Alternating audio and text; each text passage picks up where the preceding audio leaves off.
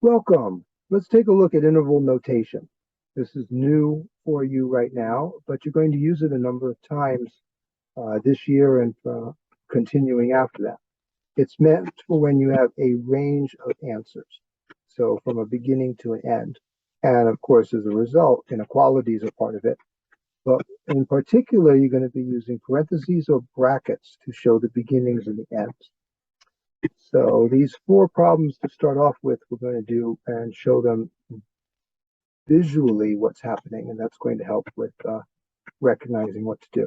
This first one says X is all the numbers that are greater than 3, but not including 3, because it doesn't have that little equal sign, half the equal sign underneath it. So when you do that, the way that this is shown is that the starting number is 3, and you're going all the way to infinity. You're not including 3, so you put a parentheses. The infinity always uses parentheses, so this would be the correct answer for that. Now, the next one is all very, very similar, except it's going to have one difference that's going to show when to use the brackets. This one, because the equal sign is saying it's all numbers greater than 3, including the 3. Because it's including the 3, that means we're going to use a bracket to say that 3 is the starting number. It's not just the border where the numbers start right after, but rather it itself is the starting number. And it goes to positive infinity. We don't have to write positive infinity.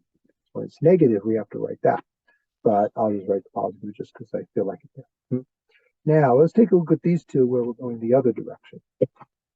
So in this case, we're having 3 again and 0. And it's all the numbers that are less than 3, but not including 3. So what happens here is that we're actually coming from infinity going this way. So you write infinity, and then you write the 3, but this is actually coming from the negative, so you actually write it as negative infinity. Negative infinity or positive infinity, it doesn't matter, it always gets the parentheses. This 3, however, because it's an open circle and the 3 itself is not part of the answer, then you put the parentheses for it there. Okay, now, let's look at the last one. And in the last one, it's very similar in concept, except that this time 3 is filled in.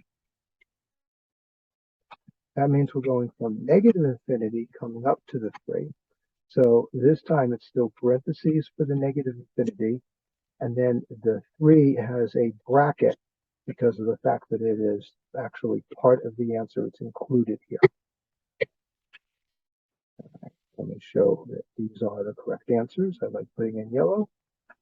And then we will look at a variation of this, or applying it to a problem where we're looking at in between two numbers.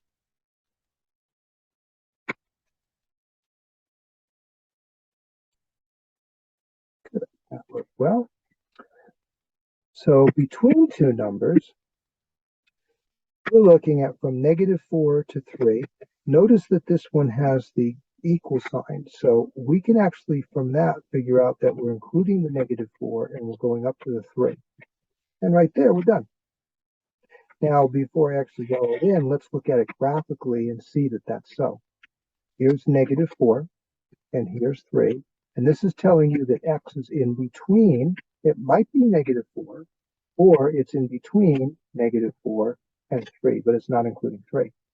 So that is saying that we're including -4 and we're not including 3.